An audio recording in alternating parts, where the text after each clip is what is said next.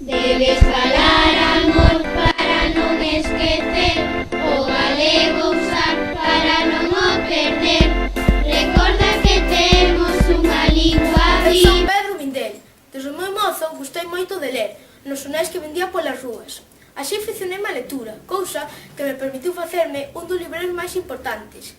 Merquei cantos libros puiden e despois de lelos vendíaos. Un día alá polo 1914, arranxando nos tapas dun libro vello, atopei que estaba forrado cun pergamiño moi antigo que contiña as notas musicais das cantigas do máis afamado trovador galego, Martín Codax. Escoitade como soe interpretada por uns rapazolos dunha escola de Ourense.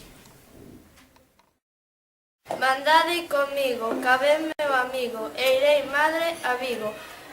Comigo e mandado, cabe meu amado, e irei madre a Vigo. Amigo.